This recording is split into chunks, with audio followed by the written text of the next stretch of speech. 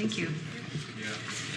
Okay, good afternoon, everyone. Today is Wednesday, August 2nd, 2017. It is 12 o'clock noon, so we shall begin our council meeting with the Pledge of Allegiance. If you would please rise if you are able and join me. Thank you. I pledge allegiance to the flag of the United States of America and to the republic for which it stands, one nation, under God, indivisible, with liberty and justice for all. Thank you, everyone. And now may I please have a roll call. Brad Hint. Here. Randy Funker. Here. Pete Hamill. Here. Zach Sawyer. Here. Greg Gills. Here. Thank you. First on our agenda is public comments. Are there any public comments at this time? Oh, Tom, I thought you were going to get up to say something. All right, there's no public comments. Moving on to the consent agenda. Before we take a motion, I would like to point out two things. Under letter D, the consider approval for a student firefighter. We are removing that at this time. We need a little further paperwork, so we will not take action on that today. And then on the mayor's appointment to Planning and Zoning Commission, that would be Fred Grein, Grein. Any questions or comments regarding the consent agenda? Make a motion to approve. Support. Thank you. Last request for any comments? May I have a roll call, please? Sawyer. Aye. Funker. Aye. Hint. Aye. Gills. Aye. Hamill. Aye. Thank you. Going into new business, number 3 on our agenda is we will now open the public hearing. This is in regards to the proposed amendments to the Sheldon zoning ordinance. The public hearing is now open. Any comments? Has anything been received in writing? None. Thank you. Then if there are no comments, is there a motion to close the public hearing? So moved. Support. Thank you. A roll call to close, please. Gills. Aye. Hint. Aye. Hamill. Aye. Sawyer. Aye. Funker. Aye. Thank you.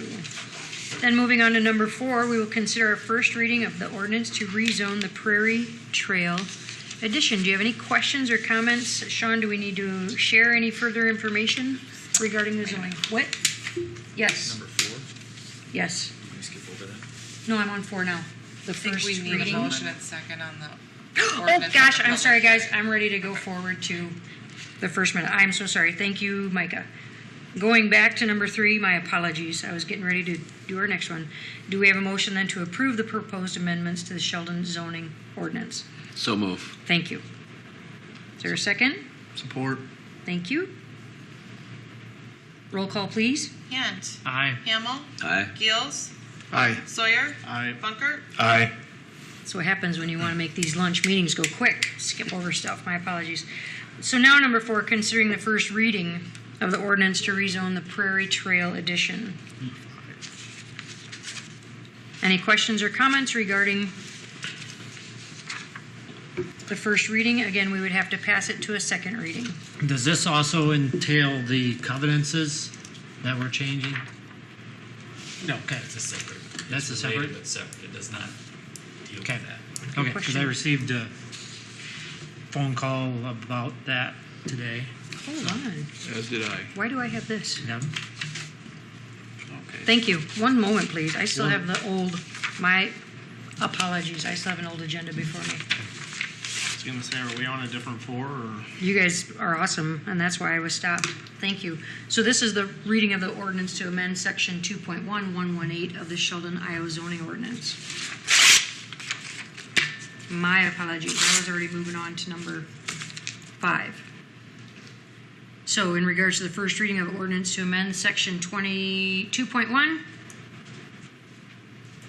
of the Sheldon, Iowa zoning, that's what your question was towards then, Brad? No, mine was on the covenances. Thank you. This We're is talking just, about the fence right now. Right.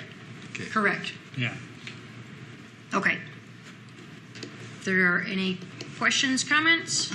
If not, is there a motion then to approve to go to the second reading? So moved. Support. Get rid of that old one. Thank you. May I have a roll call, please? Funker. Aye. Sawyer. Aye. Hint. Aye. Hamill. Aye. Gills. Aye. Thank you. Now, number 5 is the consideration of the first reading of ordinance to rezone Prairie Trail Edition.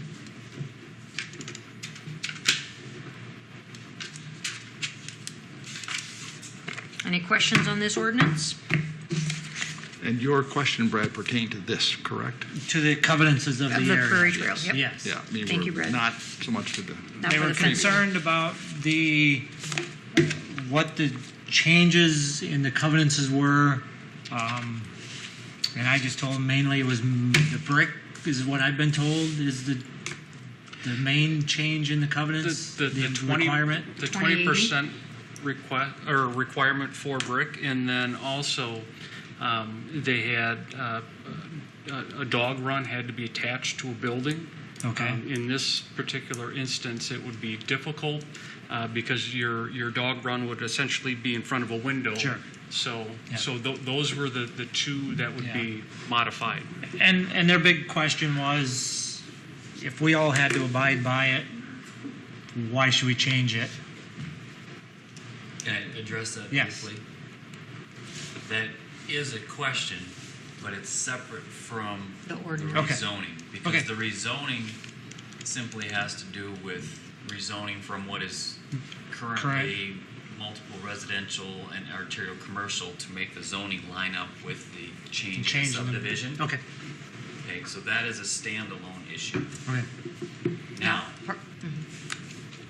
there are some questions about if and what covenants will apply to the new Prairie Trail Edition. Okay. Because it comes from Sheldon Crossing Plat 1 and Sheldon Crossing Plat 2, which had their own covenants before.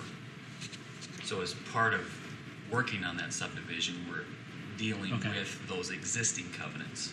Okay. That'll be a new subdivision with potentially New covenances. Okay. And then But that we would have get to brought. deal with the existing ones. Yeah. And that would Makes get brought. sense. Yeah. Will that get brought back then? Well, the covenants are really Land- contractual relationships between the landowners. and the primary landowner is SCDC. Yep. But for instance, the city is a landowner in Sheldon Crossing Plat 1. Yeah. And so Okay. every landowner that is out there, I think, has been visited or contacted in some way. Yes.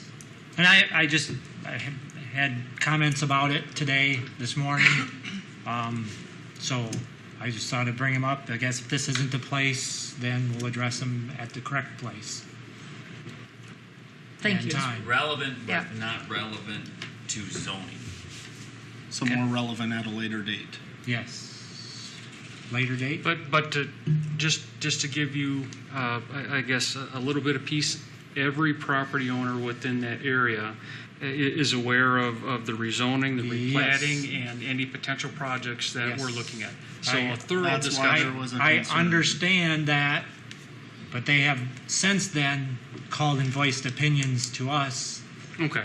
They felt, Well, and we weren't aware of that. yes, they felt that they were strong tactics into it, and they just wanted to vent their side after they knew everything, because they know the city's going to, and the SCDC is going to change it because they're the majority owner, but they just wanted to give us input Sure. of their feelings after they had some time to think about it. That's what the party told me Yep. in my conversations I've had with them. They just wanted to basically, at least that was voiced to me, wanted to make sure something was in place or would be in place. Sure. Yes. And Okay. the action you take today will not. The action that we're going to change take today the Okay. covenants. Okay. is just for zoning. Okay. And I just- thank you for bringing it I up. told them I'd And thank you, mention Micah, for it, clarifying so. it. And Zach, any feedback that you've gotten? so I'd answer, if follow up to Brad's question, if this is not the time and the place, where is the time and the place for that discussion? When will that happen? Or is that just happen in the office? We The don't- city doesn't have to take official action on the covenants. Okay, For instance, there are covenants in Skemper Edition where I live. If there's an issue with those covenants, it's not the city's duty or right to try to enforce those or not. It's between the property owners.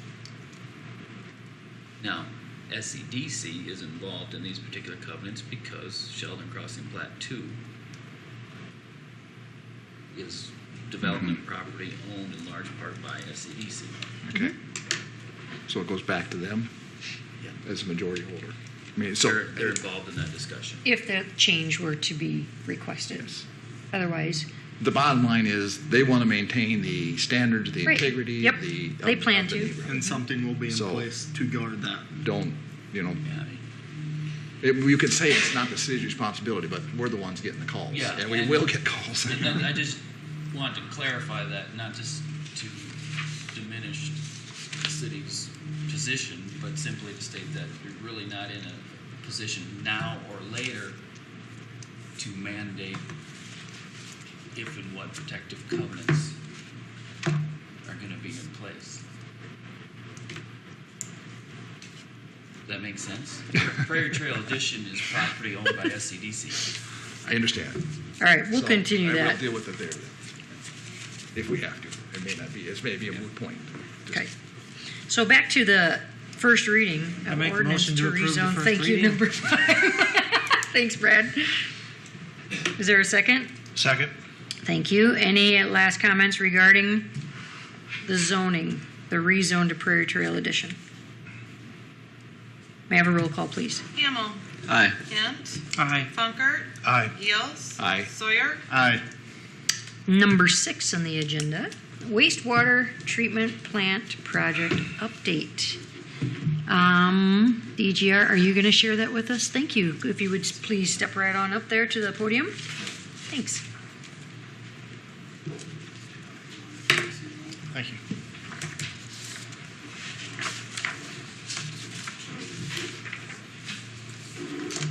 So for those of you that don't remember, I'm Ryan Norman with DGR Engineering, a you. consulting engineering firm that's been working with your staff on the new wastewater treatment plant. So what you have in front of you is an updated budget, and I guess that's why I'm here today, to kind of go over this with you and field any questions regarding it. There's two options I lay out there. Option A is the budget that I presented to your staff and discussed with them. Option B was basically their response to that budget, and then at the bottom shows our original budget that was established during the preliminary planning phase. So in option A, which is the updated budget that DGR provided, we are very similar to total project costs from what was originally proposed during preliminary planning. The difference is that to maintain that budget, we had to reduce construction contingencies from 10% to 6.5%. And while some people may feel like that means the costs have gone up or increased, I guess I look at it more as the reason behind having 10% contingencies during preliminary planning is that we haven't done detailed design, and so we're kind of saying, let's reserve some money because when we get into detailed design, we may have overlooked something, or it may take more concrete or more piping to establish the same process that we had thought about.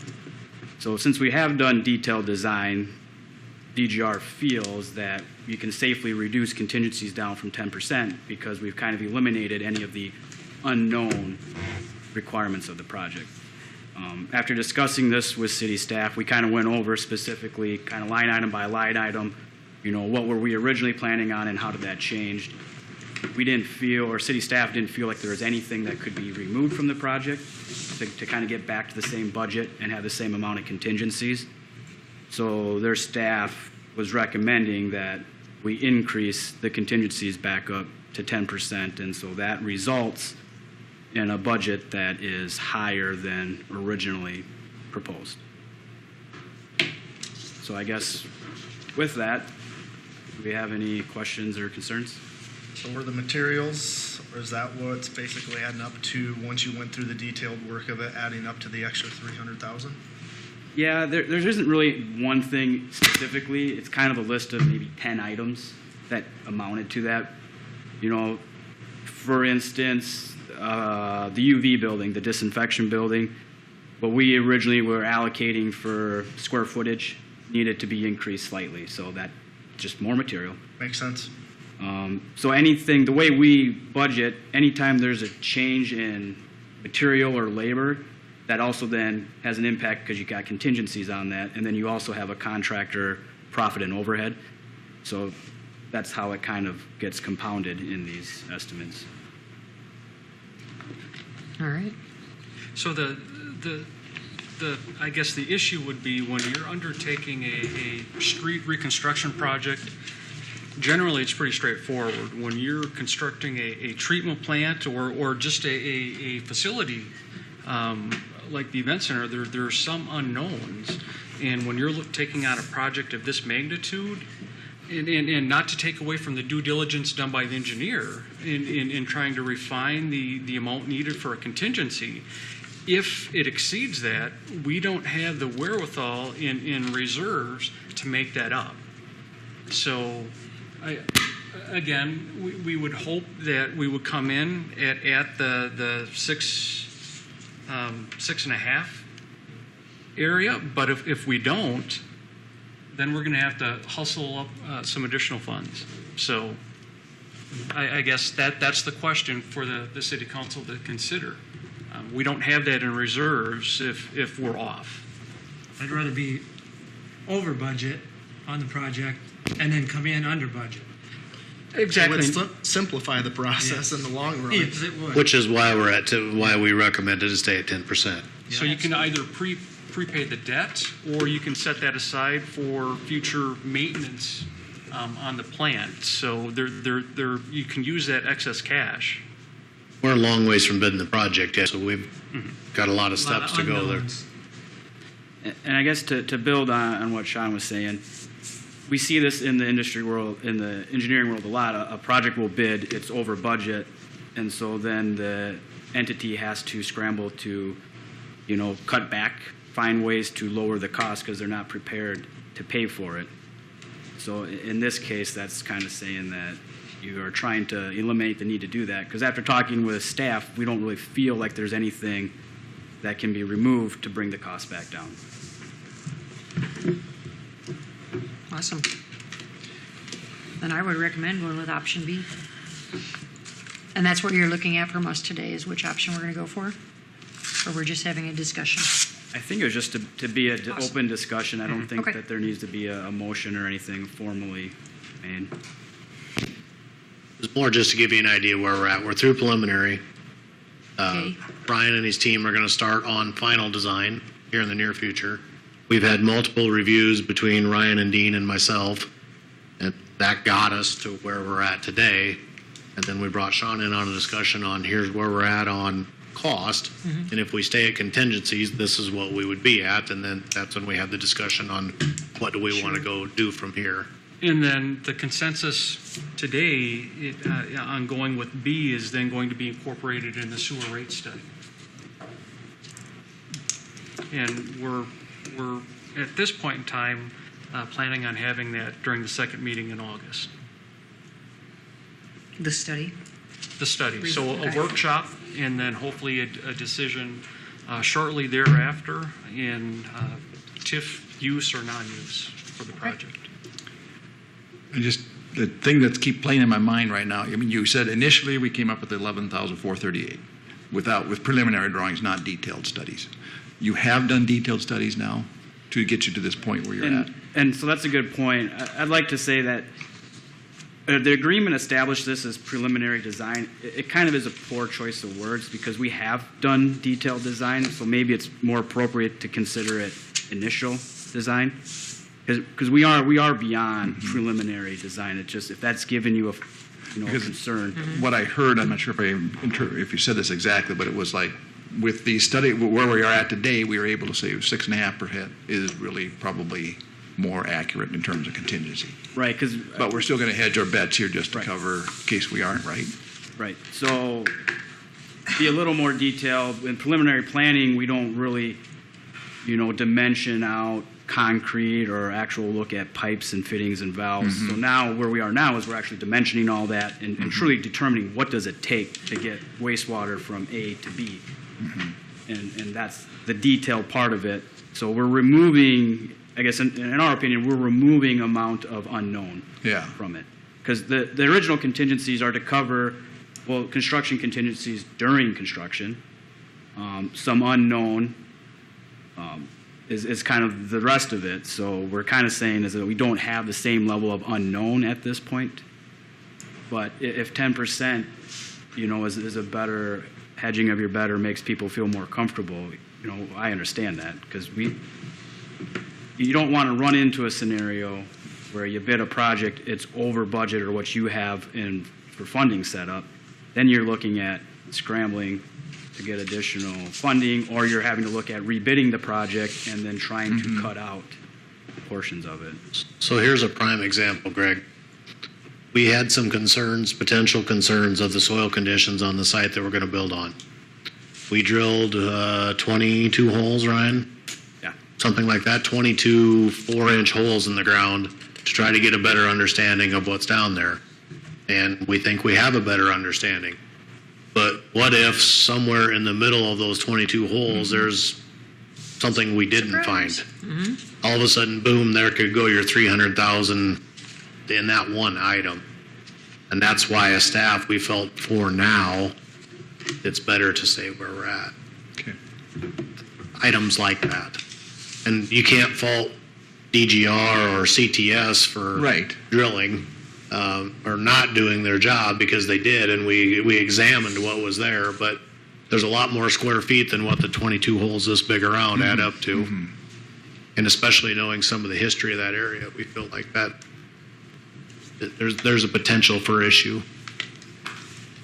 So I guess to reiterate, the original contingencies of 10% was to kind of cover some of the unknown from that point to this point. I guess that's maybe the best I can explain it. So. Okay. We're still making assumption on what bids are going to come in at too. Right. I mean, that's really the bottom line. It comes in at when we actually open the bids. Time will tell. Okay, well, thank you, Ryan. Does anybody have anything further for Ryan? No? All right, thank you very much for coming in today. Appreciate it. Okay, now number 7 on our agenda is considering a development agreement. Kurt, are you going to do the first introductions here and bring us up to speed, please? Thanks. Well, thank you, Council and Mayor. I'd like to introduce Steve Booty, who's sitting behind me with Eagle Construction. Steve, thanks for making the trip down today. On behalf of the SCDC Executive Committee, we're excited to announce plans by Steve and his group for a multifamily housing project in Block 1 of the Sheldon Crossing Prairie Trail Addition. It's proposed to bring up to 77 units over a 2-phase project. Phase 1 is proposed to bring a 30-unit apartment complex with nine townhomes, and the potential of a Phase 2 project, which bring an additional 30-unit apartment complex along with 8 additional townhomes. Steve and his group have extensive experience in high-quality multifamily developments, and currently are finishing up similar projects in neighboring communities of Spirit Lake and Spencer. As you know, over the past few years, shortage of available housing and rental options have been prevalent for Sheldon, been prevalent for our region, and most importantly, even across the state of Iowa. You've seen legislative action being taken for workforce housing tax credits to help our small rural communities with this dire need of available housing. And now with recent expansion projects such as Rosaboom, Deluxe Feeds, Maintainer going through another one, we get that push from them about helping seek additional assistance with available housing to help with that additional workforce recruitment effort to make sure when they're out there hitting the streets and trying to recruit those highly skilled workers to our communities, that they have the high quality available housing necessary to accommodate that. Plus, we have families just looking to relocate to Sheldon, just need a place to call home, and to have those high quality available options is very important. This proposed project and contract for development that you're considering today, as I said, comes as a recommendation from the SCDC Development Committee. And with saying that, I've introduced Steve. I'd like to invite him up to the podium just to provide some additional details of the total project and offer an opportunity for you as council and mayor to ask any questions. So, Steve. Great. Thanks, Kurt. Okay. Well, thank you for allowing me to tell you a little bit about us and about our project. I'm personally originally a Northwest Iowa boy from Orange City. Been in Sioux Falls for 28 years. Worked for a lot of the larger company, or two of the larger companies in the state of South Dakota for my first 10 years there. And after that time period, roughly 18 years ago, I started Eagle. And we were really a typical contractor, not unlike your M&D and Bob Popma and those folks. Did a lot of bid market stuff, a lot of school renovations, additions, those kinds of things for the Sioux Falls School District. But I always had kind of the development mentality and the development bug. And it wasn't long after we started in the business, we started to develop some property.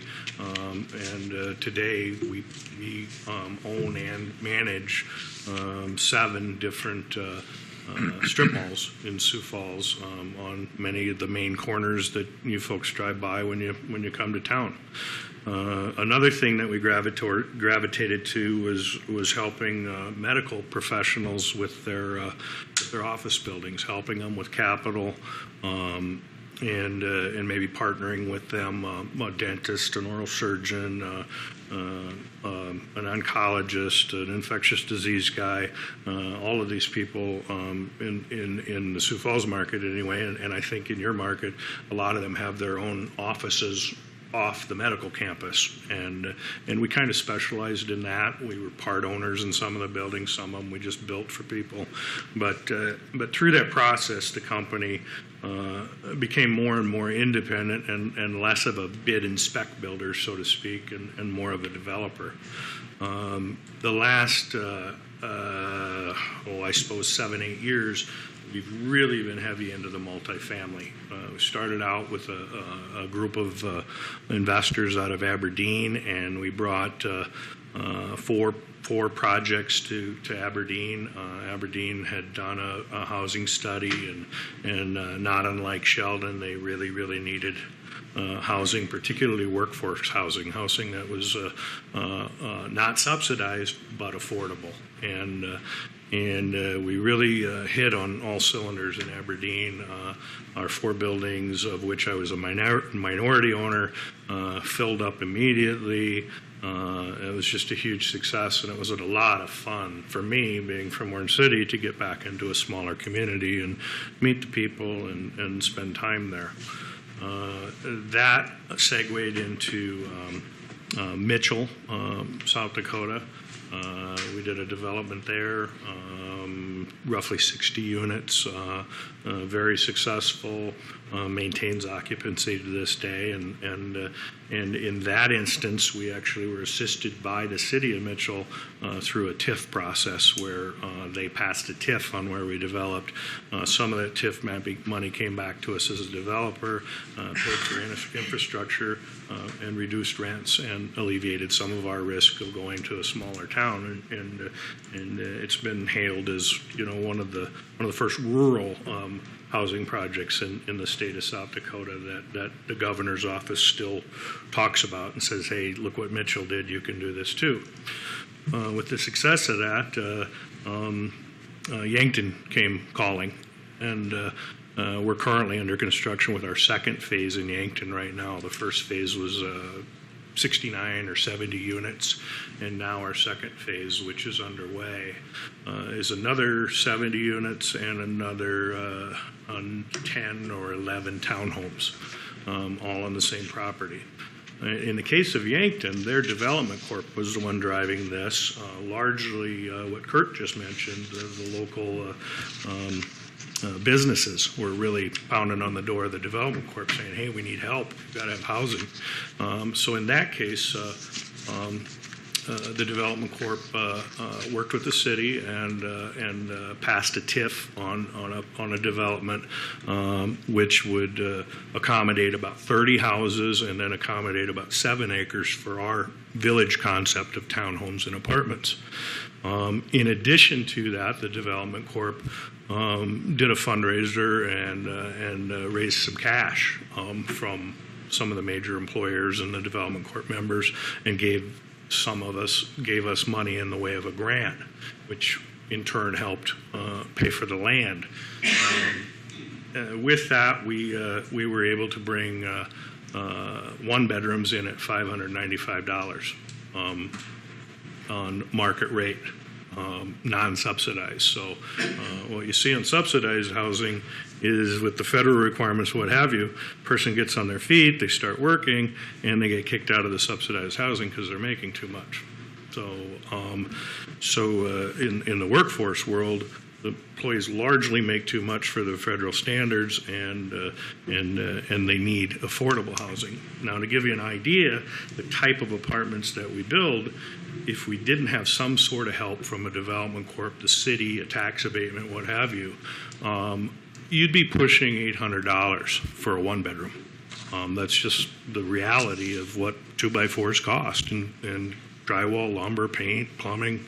It starts to add up to roughly, with today's financing and those kinds of things, about $800 for a one bedroom.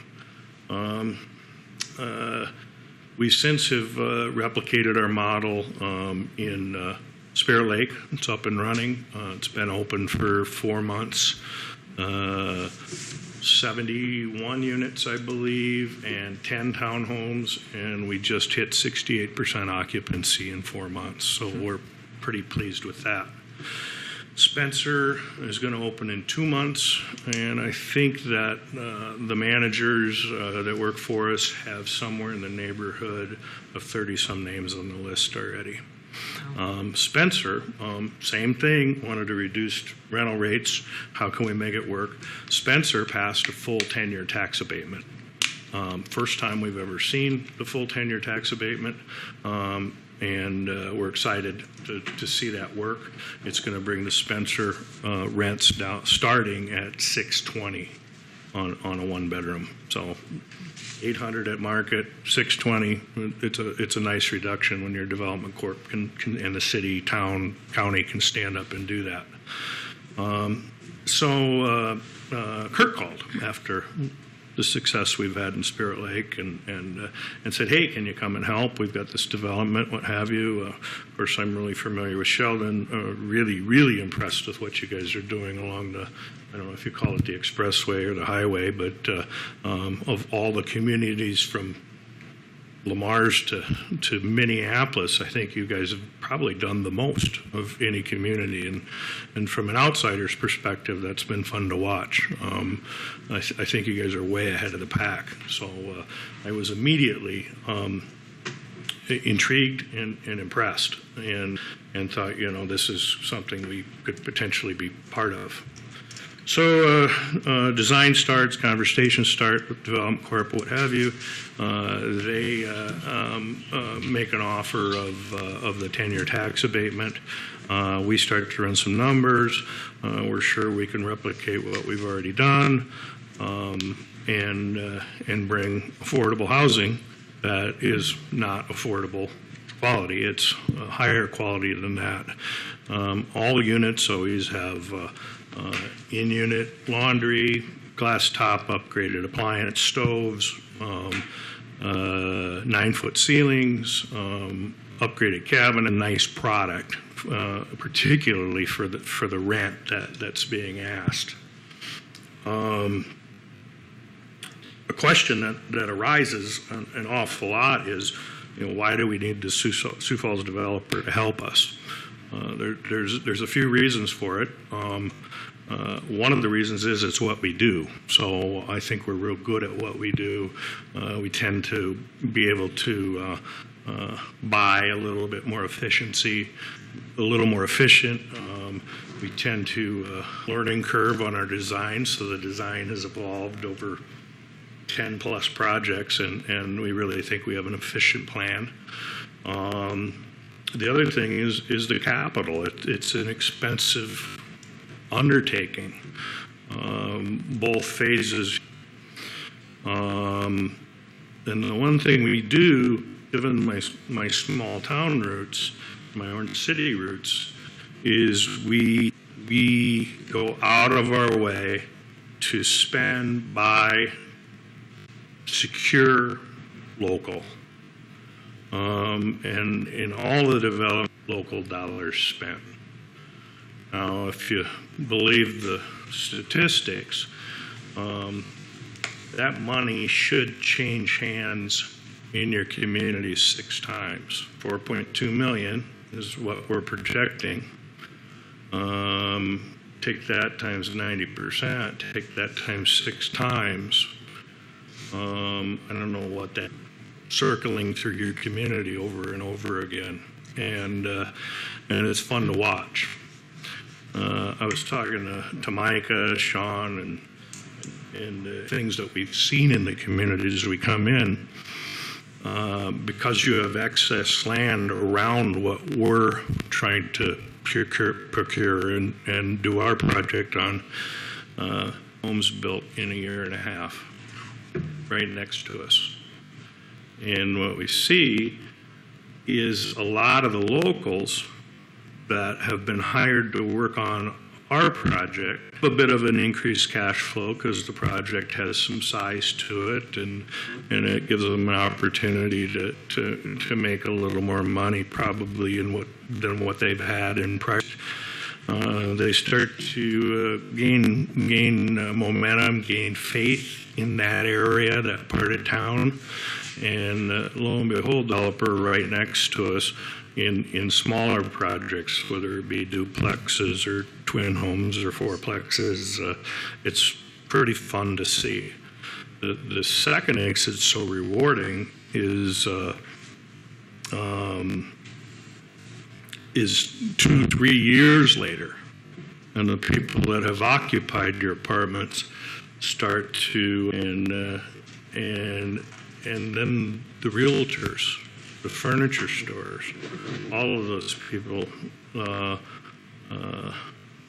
just the business just keeps, was ever an economic engine for a community, it is housing. I've seen it and I believe it, and it has literally become who I am, and I hope to continue doing it. And so that's why I'm here. I was going to have some of these drawings, well, I had them on easel form and larger office, so I just want to hand this down the line. Sure. Thank you. At the proposed apartment building.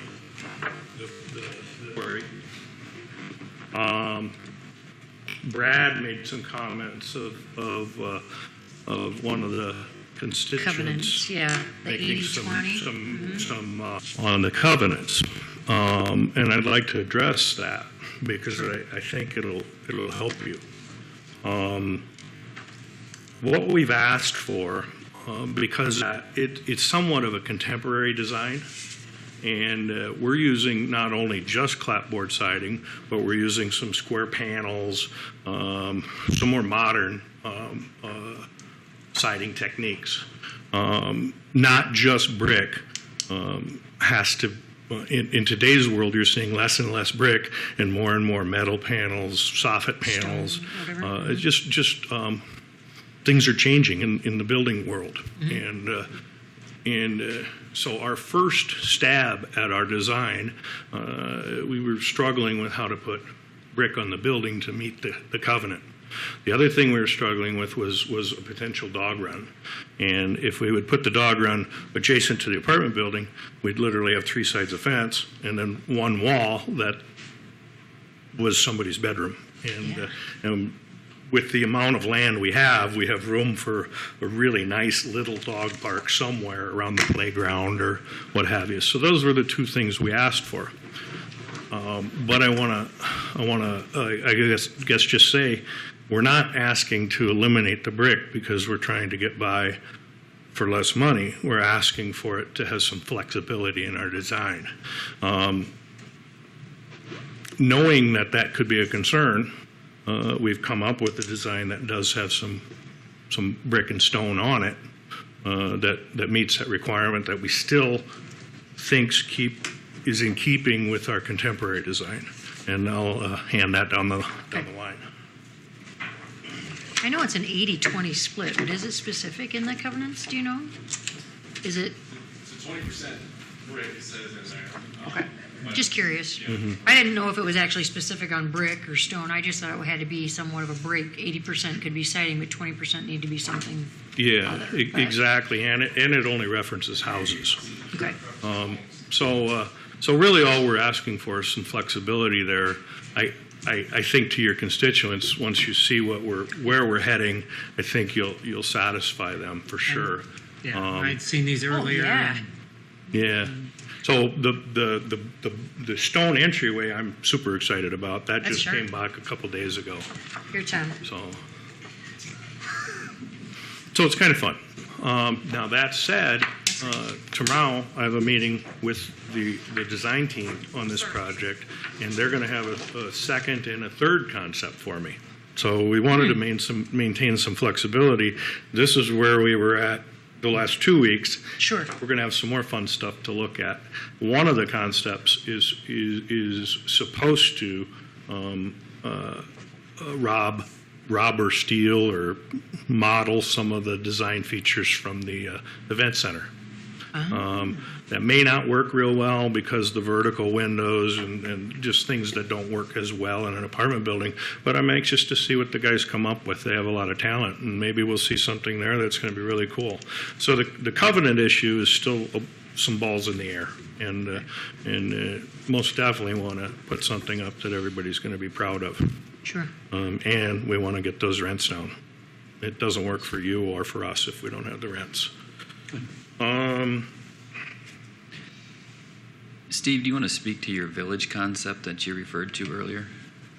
Yeah, I mean, while we're talking about that, I know a lot of our complexes we call Tallgrass Village, Wheatgrass Village, Westbrook Village, and I see no reason that we wouldn't want to call this one Prairie Trail Village, and really it's just a marketing thing, but rather than just being one or two apartment buildings sitting on a site, it ends up being apartment Its own buildings little community and townhomes, within. and Sure. yeah, with when you start to put in the exercise room and maybe a dog run and some playground area and what have you, it really does become a small little community for those folks that live there. We partner with a management group out of Sioux Falls by the name of Costello. They're a 100-year-old company, and currently they manage all of our facilities. They're one of the biggest in the Midwest in the subsidized tax credit housing. They manage somewhere close to 100 different facilities around the Midwest in 5 states. And currently we have them slated to have their district manager that's currently taking care of Spencer and Spirit Lake to also take care of Sheldon. Because of our local, our mantra or our business mantra, we will give a local an opportunity to bid the management of this or to give a proposal. We have yet to get that in any community. So at this point, we haven't had any takers, but local gets priority for sure. If they don't, Costello is prepared to come in here and do the management, and they're pretty cool. They have this tailgating trailer, if you will, and a couple times a year it'll come rolling through the parking lot. They'll stop at the local pizza place, fill the back end with pizzas, and they fold down the door and open the thing up, and there's a TV and music and tables and chairs, and they'll have a pizza party for the tenants, or they'll pull the grill out of the back of it and cook burgers for the tenants. Nice. And they'll do the first town at 11 o'clock, and then by 12:30 they're at the next town. And they do that year round in all their properties. So they really, really create a sense of community, contests among the tenants, clubs, those kinds of things. So I would expect that they would do exactly that here. And really makes for a nice environment for people to live. The buildings are secured. In the days I was growing up, we just rented one of the trailer houses in one of the trailer parks in town, and that's where all the college kids lived. And those trailers are all old and tired now. And I think the world's changed a little bit. Parents want their kids in a secure environment. We've got on-site management on a part-time basis. There'll be an office in the facility. And so you're going to have a safe place for those in your community as well. And I guess I'd like to answer any questions that you may have. I think I, in a short period of time, gave you some broad strokes. So.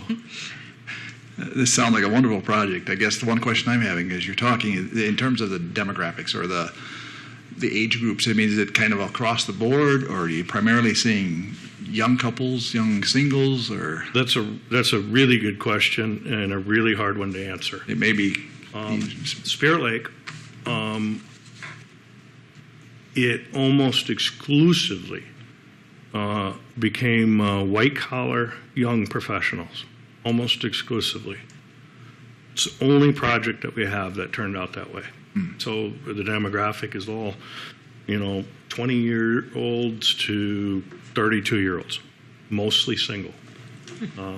Why, I don't know. You go to Yankton, and it's single moms, it's young families, and elderly. You go to, every market is different. Mitchell is just a blend of everything. It's just crazy. And so what would your demographic be here? I honestly don't know. I know there's a need. And I'm sure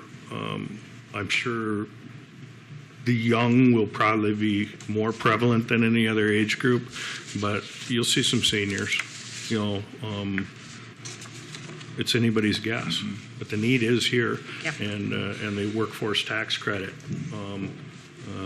research on your community proves that, and I believe in what they wrote and what they studied. And you guys have a need. There's no question. I would be really surprised if the second building didn't go in a couple years. So, The question: do your properties, and do you see this one ever going to be a government subsidy property? Never heard of that being done. If you can't rent them out, turn them into. I've never heard of that being done anywhere. Okay. The process for converting something to a subsidized property is a very lengthy and it's a process that I don't even understand.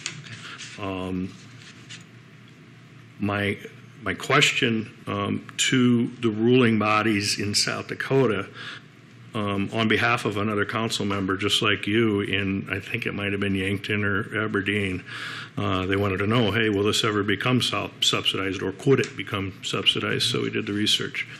And the control officer at the South Dakota level said that they had never heard of an existing property being converted to subsidized, because the way the tax credits are structured, they almost have to start with the property from when it's new.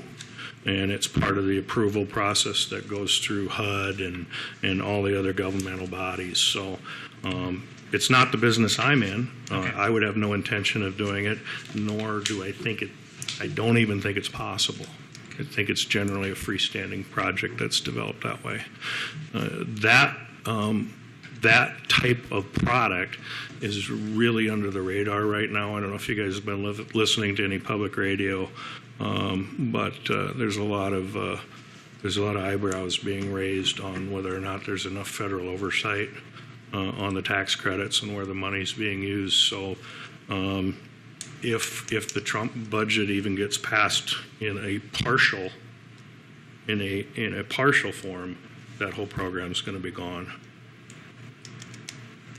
Just a side note. Thank you. Well, I think it's wonderful, Steve, and I thank you for being interested in our community and coming here and wanting to invest. I think that's Yeah, we're pretty excited. We're hoping we can make an announcement this week, so. sweet. So regarding the contract that's at hand, does anybody have any further questions then? I can't wait to see it come together. It'll be another beautiful addition out there. So. Yeah, and if there's any other ideas on naming, right now, it's nice to name it after the development, but if anybody's got any ideas, just let me know. And Kirk can get you my email, and ideas for contractors, suppliers, really anything. I'm willing to listen, so. Great, thank you. Yeah, appreciate it. As far as giving that division or subdivision a name, you typically put some higher end type development signage with what, like Spirit Lake, for example. You put the name of it. Yeah, if you got some development signage, it kind of welcomes you in. Oh, yeah. To their village. Yeah, I really like that. Yeah, we do a pretty cool sign as long as it meets your signing ordinance. We may have to have another variance. Never know. All right, Thanks. thank you so much for everything. That's wonderful news.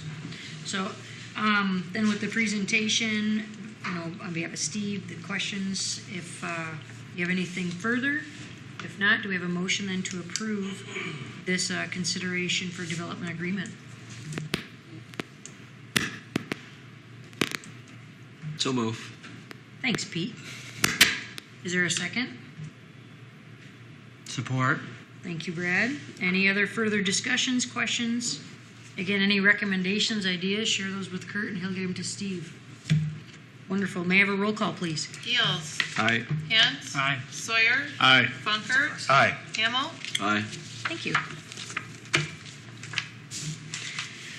Okay, now, number 8 on our agenda, the review and support for the 2017 REAP grant application, Resource Enhancement and Protection.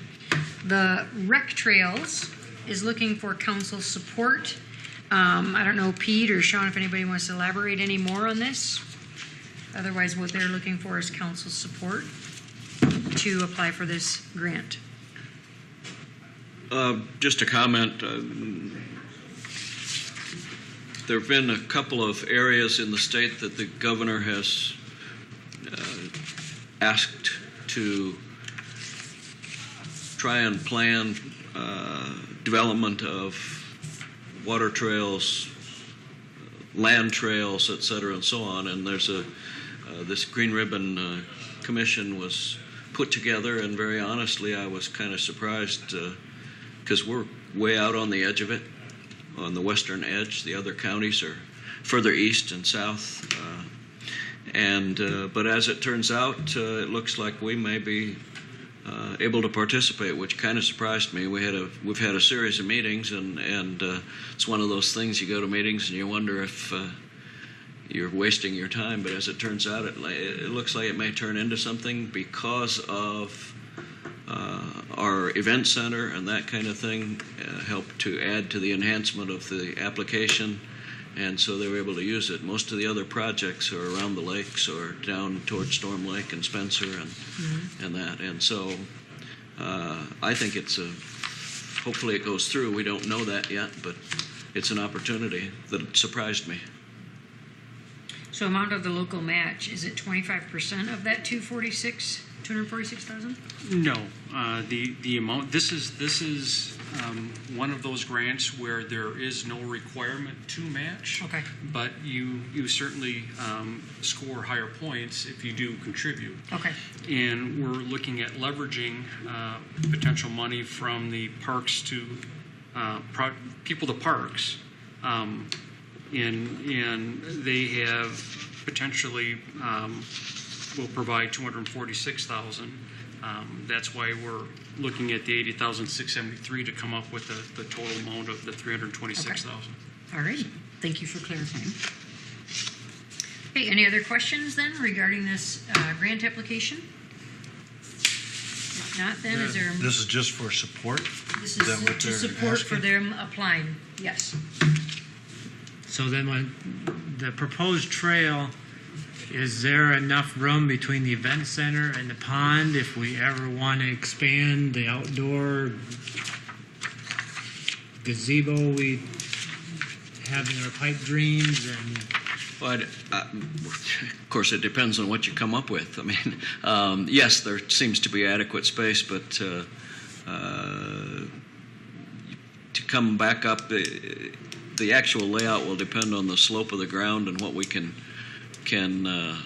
achieve with adherence to grade standards, et cetera, and so on. We've done some initial engineering, but he did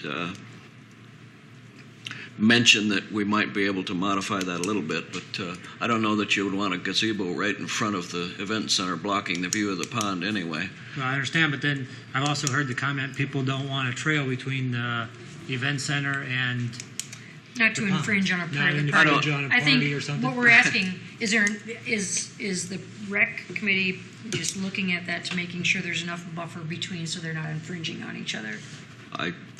We've looked at it a number of times. A number of people have been out and walked the area, and I don't think it's going to be an issue. There are some people that would like to see it go around behind the event center, and then you've got some people that think that's a terrible idea to run it back there in a parking lot. Part of me says that's part of the ambience of the area. That's why you have the pond. It's like Lake Harriet up in Minneapolis. There's all kinds of trail activity in front of their event center. And this is spaced out. I don't remember the footage, but the initial was, I can't remember if it was 100 feet or what it was, but I know if you here when you look on it here on this black and white map, it might look like it's a little close, but if you actually go out there and walk that distance, I don't know. Well, and there's seems to be relative enough and there's a space. thought if they're on bikes, you might see the tops of their heads because they'll look at trying to bring that down the slope slightly as well. So depending on where you come up the grade, but the potential might be that they wouldn't come up to grade before they got basically, I get my directions right, but in the middle or west of the patio. Right. So they're not going to be, here's our patio, here's the trail. There is going to be buffer zone in between. And that one map is just doodle lines that we put on off of web page. I mean, it's not an exact location. Where's your doodle page? I'm just kidding. I get this is the doodle page? we just in order to show where the existing and the proposed. Yeah. So it's not to scale. No. Right, exactly. And as long as, you're keeping that in mind, this isn't set in stone on exactly where it's going to be, like you said, Pete, it's going to depend on grading or whatnot. But as long as it's not right upon that space of the pavilion, we should be all right. My opinion. Okay, any other questions, comments regarding the application for this grant? And if not, do we have a motion of support? So move. Support. Thank you. Is that Randy? Yes. Okay, thank you. No further comments? May I have a roll call, please? Hint. Aye. Sawyer. Aye. Funkert. Aye. Hamel. Aye. Gills. Aye. And then number 9 on the agenda is the possibility of going into closed session. This would be to have a discussion on possible land purchase. Do we have a motion to go into closed? So moved. Support. Thank you. A roll call, please. Hint. Aye. Gills. Aye. Hamel. Aye. Sawyer. Aye. Funkert. Aye. Yes. Unpaused. Okay, it is, what time in the afternoon? 1:47. We are out of closed session. There is no action being taken at this time. With that being said, are there any comments, staff? Lyle, yes? Oh, I thought you just hung out because you wanted to. I'm just teasing you. What do you got, Lyle? I did, I think, forward everybody information on the fireworks Yes, stuff. thank you. So if anybody has any questions about that, I guess as far as the media is concerned, we had 30 actual formal complaints, probably lots of other complaints that never actually were generated on paper. We didn't have any injuries. We didn't have any fires as a result of it in town here. I know there were some pretty serious injuries in the area. And yeah, I guess just a few observations that I had were that it seemed like there were a fair number of people that weren't very happy with the law, I guess, or those were the ones that told me about it anyway. So. All right. Thank you for that. Curious, in prior years, when it wasn't legal, did you get complaints? Yeah, and we've been getting fireworks complaints. Yeah. Still, Yeah. right? It's I still just hear them going off once in a while. once we made them legal, that's when the big guns seem to come out and everybody, a lot of people, there's always people that'll do things whether it's legal or not.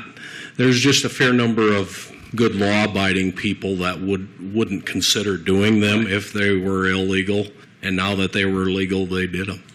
Yep. And some of it's the first year. Yeah, the of having newness it, of so it, they're the going to push the excitement. limit. Sure. So, thank you. I appreciate that report and letting us know how that turned out. Do you have a comment, Todd? I do, just quickly in reference to Greg's comment from 2 weeks ago about drought and how are the wells doing. As far as our wells go, there's really been no change in the past 2 weeks, but I did attend, along with Water Superintendent Keith Vandrager, a drought preparedness meeting in Cherokee on Monday. Representatives were there from the Iowa DNR, from the National Weather Service, from the Iowa Geological Survey. Anyways, we talked about drought planning, we talked about drought plans, make sure your steps are up to date, good reminder on some of that. We did see some long-term forecasting. The forecasters themselves say it's good as what you make of it, but August is essentially predicted to be hotter than normal and drier than normal. But September, hotter than normal, wetter than normal, and October, cooler than normal and wetter than normal. So maybe there's some reprieve coming on the end. But there's also a lot of maps that show everything in white, and they say EC on them. Mm-hmm. And that means equal chance of above normal and equal chance of below normal precipitation. So love that one, but not so much. But in other words, people just use common sense on water use. yeah, we're still okay because we have the second deep well. We'll continue to monitor, and if things change, we'll get back to you. But just so you know, we are thinking about it in case we get to that point. Okay. Thank you so much. Council, any comments this time? Sean, do you have anything? Real quick, since we're talking about money, the council will essentially need to make a decision on the use of TIF no later than September 20th. So you'll have a month after the workshop to make a decision in order to make all the borrowing work out. So the plan is to borrow. First, if we're going to use TIF and sewer revenue bonds, wastewater treatment plan? we would borrow using TIF initially, and then we would use sewer revenue bonds. Once the bids come back and we know the exact amount, then we can borrow precisely the amount that we need, and you can then decide if that amount is more than you like. Then you can borrow additional TIF money at that point in time to balance it out. But we want to make sure that we're borrowing not more than $10 million per calendar year, so we qualify. We would be considered bank qualified, and we end up being assessed a lower interest rate. And when you're looking at $11 million, every bit helps. So we're going to try to break it down so we're not borrowing more than $10 million this calendar year, and then not more than $10 million hopefully the next calendar year, if we can avoid that. Great. Thank you. I don't have anything further, so do we have a motion to adjourn? So moved. Support. Thank you. Roll call. Sorry. Aye. Bunker. Aye. Hamel. Aye. Sawyer. Aye. Gills. Aye. We are adjourned. Thank you.